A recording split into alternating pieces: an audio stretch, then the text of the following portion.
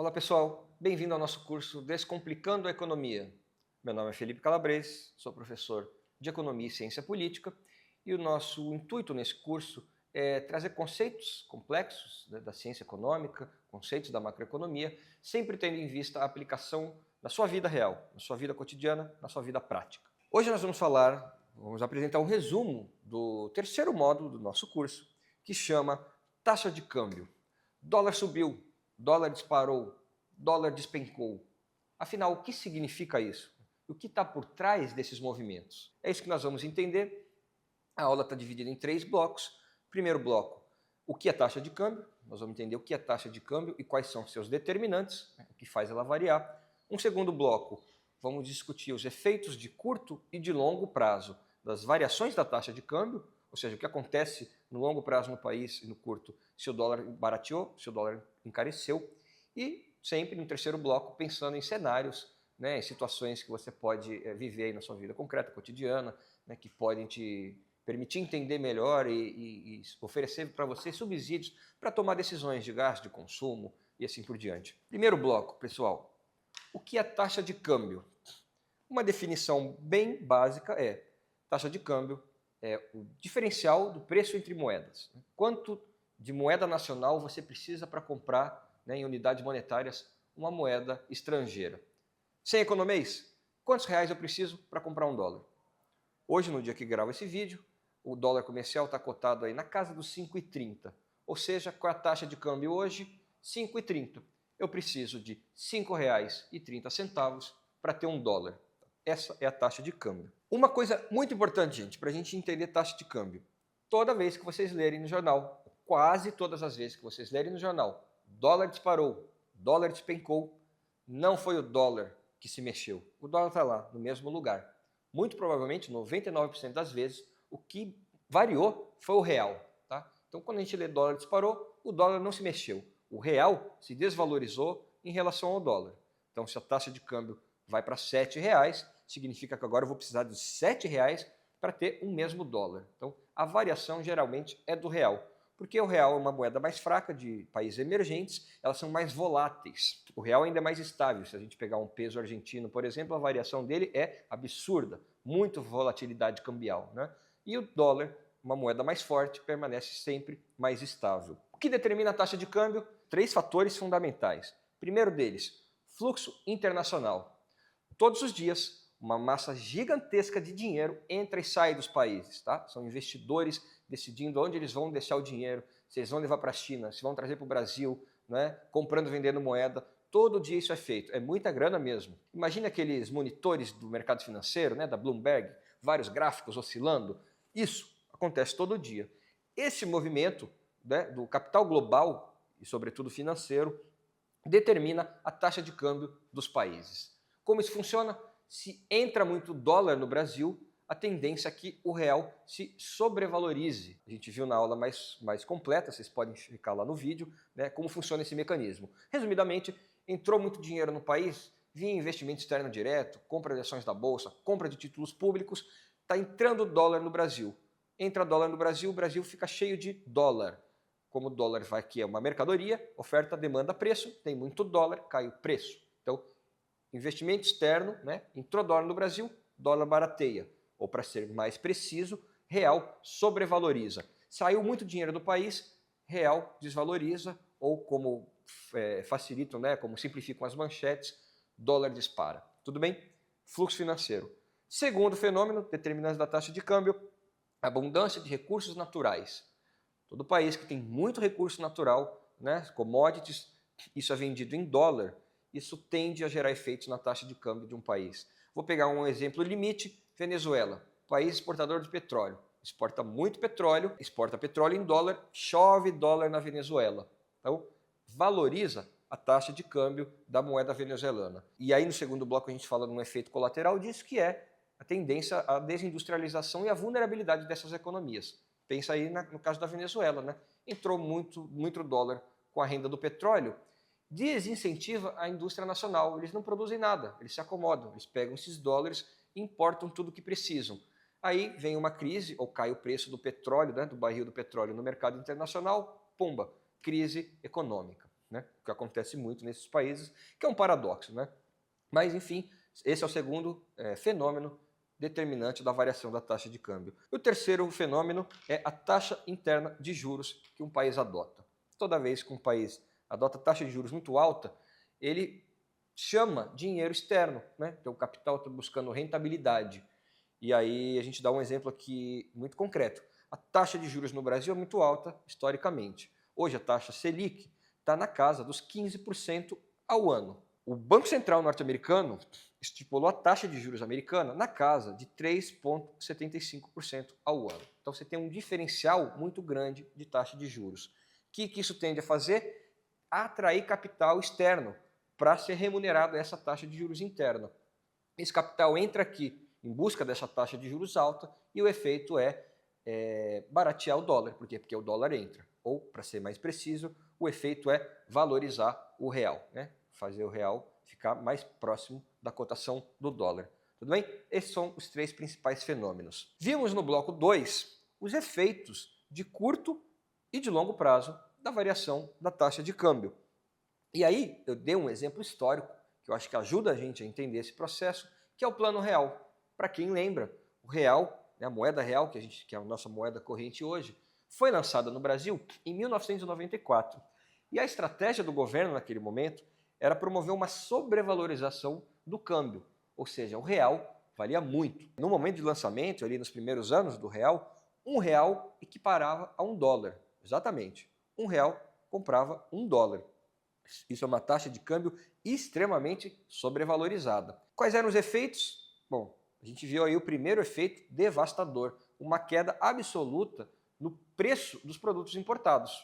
Tudo aquilo que era importado, com o real valendo $1, ficou muito mais barato para o consumo interno. Foi uma festa do mercado interno, foi uma festa do consumo, né? As pessoas conseguiram comprar coisas que não conseguiam. Uma classe média que nem sonhava em fazer viagens internacionais foram todos para Miami, para Disney, para os Estados Unidos. Por quê? Porque o dólar valia R$1. Quais são os efeitos disso? Efeito no curto prazo de câmbio sobrevalorizado, ou seja, dólar barato. Primeiro efeito, explosão do consumo, né? Barateia os importados. Todo mundo consegue ter acesso a bens de consumo que antes eram praticamente inacessíveis. Uma decorrência desse primeiro efeito é controle da inflação.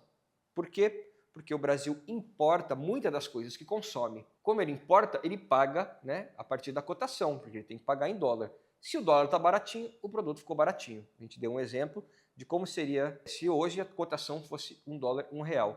Se vocês comprassem aí um iPhone, algum iPhone aí de última geração, vocês iam pagar $800, $900, em real ia dar 800, R$900. Né? Claro que tem uma tarifa de importação, estou ignorando ela, mas mesmo que tivesse uma tarifa muito alta, ainda assim haveria muita vantagem, né? Seria muito barato comprar produtos importados com R$1 igual a $1, ou seja, com câmbio sobrevalorizado. Então, o primeiro efeito de curto prazo é barateamento dos importados, controle da inflação. Agora, ainda no curto prazo, isso gera, como gerou na história do lançamento do Plano Real, um problema muito grave do ponto de vista das contas externas. E como é que a gente entende isso? Também é muito fácil. Importados ficaram muito baratos, né? Porque R$1 está valendo $1. Tem uma enxurrada de produtos importados entrando no Brasil. E, ao mesmo tempo, para quem é de fora, o real ficou caro. Lembra? Não é o dólar que barateou, o real que está valendo bastante. Se o real está valendo bastante, ou um estrangeiro que quer comprar algum produto nacional, para ele vai ficar caro, mesmo que ele tenha dólar, porque $1 só está comprando R$1. Então os produtos nacionais ficaram caros lá fora e os produtos importados baratos aqui dentro. O que acontece? Enxurrada de importados, pouca exportação. Balança comercial, exporta pouco, importa muito. Isso produz um déficit na balança comercial. Né? Então esse é o segundo efeito aí de curto prazo, né? E é um efeito negativo que gera na economia. Como gerou? Né? O real teve alguns problemas ali e o câmbio sobrevalorizado não conseguiu sobreviver durante muito tempo. Em 1999, o governo teve uma crise externa, né? Por conta de um déficit muito grande na balança comercial, gerou uma crise no balanço de pagamentos e o real foi desvalorizado para corrigir esse desequilíbrio. Então, esse é o segundo efeito negativo de um câmbio muito valorizado. Déficit na balança comercial, problemas nas contas externas. Existe também efeitos de longo prazo, né, dessa variação da taxa de câmbio, como nós vimos, e o principal efeito que pode acontecer e que aconteceu é a perda da competitividade da produção nacional. Aí é só a gente lembrar de tudo que a gente acabou de falar, né? Se os importados ficaram muito baratos, um pequeno produtor nacional que produz alguma coisa aqui não conseguiu mais competir. Quer um exemplo muito mais concreto? É a invasão dos chamados produtos chineses, né?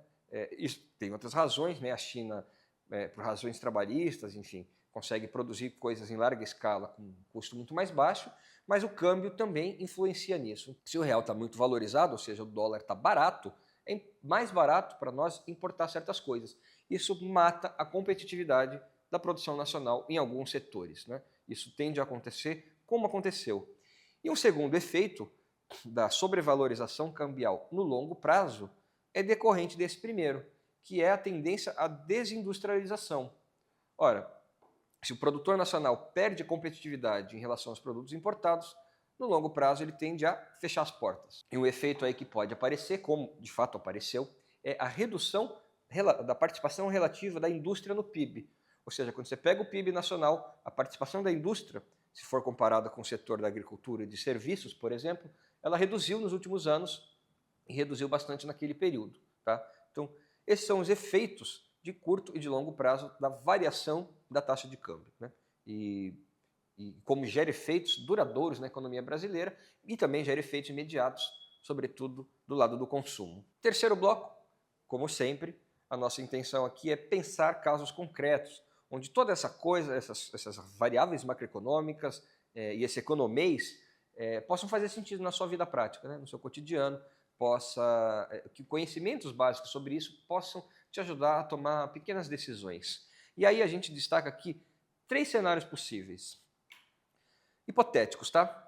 Um primeiro é o seguinte: imagine você que o governo anunciou um amplo programa de privatizações, que o governo anunciou que vai fazer um mega leilão de poços de petróleo, por exemplo, tá? Então o governo anuncia isso, o que acontece com a taxa de câmbio? Tá? Um quiz aí para vocês. O que acontece com a taxa de câmbio? Né? O governo brasileiro anuncia que vai privatizar e que vai leiloar muitos barris de petróleo. A Shell, a ExxonMobil, várias petroleiras internacionais estão de olho aqui no Brasil por conta dessas medidas. O que acontece com o dólar? O dólar cai. Por que o dólar cai? Porque atrai investimento externo. O investidor ele percebe oportunidades de negócio, né, oportunidades de retorno financeiro e aporta os seus investimentos, aporta capital no país. Entra dólar, o Brasil fica cheio de dólar, valoriza o real, né? Então tem bastante dólar comprando real, isso gera efeitos determinantes na taxa de câmbio. Então, anúncios de privatização, de leilão, qualquer medida do governo que busque atrair capital externo, o real valoriza, tá? E o dólar fica mais barato. Bom, se você é um investidor, você pode ter algum interesse nisso. Se você não é investidor, mas é um consumidor, você pode imaginar que alguns produtos importados vão ficar mais baratos nesse cenário 1, né? Ou então que talvez seja o momento de você fazer aquela sua viagem internacional. Por quê? Porque o dólar está barato, aproveita que depois talvez ele suba de novo, né? Ou seja, talvez o real desvalorize lá na frente. Agora imaginem vocês, gente, um segundo cenário, que é o contrário desse. Imaginem que o governo anunciou que vai estatizar petroleiras que estão operando no país, ou que o governo anunciou que vai controlar preços administrados. Ou, para usar o jargão jornalístico, o governo anunciou que vai intervir na economia, que vai intervir nos preços, né? E que ele vai, no fundo, que ele está com uma visão hostil em relação ao investimento externo, né? Ao dinheiro que vem de fora. Podem ter certeza, se o governo faz um anúncio desse, no dia seguinte você vai abrir os jornais e vai estar lá, dólar dispara, tá? Isso acontece. Então eu aposto que vocês já viram alguma notícia no jornal do tipo: declaração do governo faz dólar subir, né? É uma declaração, é uma manchete um pouco estranha, mas a gente aqui está entendendo o que está por trás de tudo isso, né? Se a declaração do governo foi um pouco hostil e gerou incerteza nos investidores externos, o que eles fazem? Tiram seus investimentos do país, né? Eles ficam com incertezas em relação aos rumos da política econômica e falam: talvez não valha a pena deixar dinheiro no Brasil. tiram o dinheiro daqui, o dinheiro sai daqui, o que acontece no dia seguinte? Tem menos dólar no país, o dólar encarece. Ou, para sermos rigorosos, né, o que acontece de fato, o real desvaloriza. Né? Então o real agora está valendo menos, por isso as manchetes, dólar dispara. Qualquer semelhança que vocês tenham visto em relação a governos aí da América Latina, né, aos governos anteriores da Argentina, não é mera coincidência. Né? Isso nos leva a perceber que existem fatores políticos também que são determinantes da oscilação da taxa de câmbio, né, do preço das moedas, sobretudo de países mais frágeis, né, países emergentes. Terceira e última dica, né, cenário possível, é uma dica aqui fundamental. A gente está aqui falando de dólar sobe, dólar baixa, né, o que é bom, o que é ruim, e a resposta é, depende, tá? Existem níveis de equilíbrio, onde o real, por exemplo, estaria num patamar bom em relação ao dólar, que seria bom para o consumo, que seria bom para a inflação, que não seria inflacionário, e ao mesmo tempo manteria equilíbrio nas contas externas. Né? Existem economistas que calculam qual seria essa taxa de câmbio de equilíbrio, tá? Um cálculo complexo, mas é possível. E a dica é o seguinte, o que é bom na verdade é que não haja muita variação. Volatilidade cambial é ruim para investimento, porque gera imprevisibilidade, né, nos retornos desse investimento. Se você está vendo no jornal que o dólar sobe, dólar baixa, dólar sobe, dólar baixa, muito, né, com muita frequência, não importa o patamar, isso é ruim. Tá? Isso é ruim para o investidor, isso atrapalha investimentos, sobretudo investimentos produtivos, que são investimentos em longo prazo, de retorno, de maturação do retorno do capital e que exigem certa estabilidade da taxa de câmbio. Pode ser contido com uma coisa que o mercado trabalha que chama hedge cambial. Então, se você está pensando em investir lá fora ou algum investidor está pensando em investir no Brasil e está achando que há muita volatilidade de câmbio, adote um hedge cambial, que isso ajuda. É uma espécie de seguro para garantir que se houver uma variação muito grande na taxa de câmbio, ninguém vai perder dinheiro. Última dica, se você quer analisar o cenário macroeconômico brasileiro, entender se o dólar vai subir, se o dólar vai baixar, se os juros internos vão subir ou vão baixar, fiquem de olho nas decisões do Federal Reserve, que é o Banco Central norte-americano. Né? Os Estados Unidos ainda é um país fundamental do sistema da economia global e financeira, e cada decisão tomada lá afeta diretamente a nossa economia. Então é uma dica. Leu nos jornais, Federal Reserve sobe a taxa de juros americana, pode acreditar que possivelmente vai subir a taxa de juros no Brasil também. Então, decisões do Federal Reserve dos Estados Unidos geram efeitos diretos sobre a taxa de juros e a taxa de câmbio de países ditos emergentes, incluído aí o Brasil. É isso, espero que esses 3 exemplos tenham ajudado a gente a entender de uma forma um pouco mais aplicada os conceitos que a gente viu sobre taxa de câmbio e que a próxima vez que vocês lerem no jornal dólar subiu ou dólar baixou, vocês consigam entender o que está por trás disso, o que pode ter produzido essa variação e quais são os efeitos possíveis na sua vida cotidiana, né? No preço do dólar, se você está pensando em investir, ou se você está pensando em comprar um iPhone, ou se você está pensando em ir fazer uma viagem internacional, né? Todas essas notícias geram impactos diretos para você na sua vida real, no seu dia a dia. E essa é a intenção do nosso curso, Descomplicando a Economia. Espero que tenha descomplicado para vocês e que vocês acompanhem os próximos módulos. Até lá, eu fico por aqui. Um abraço a todos.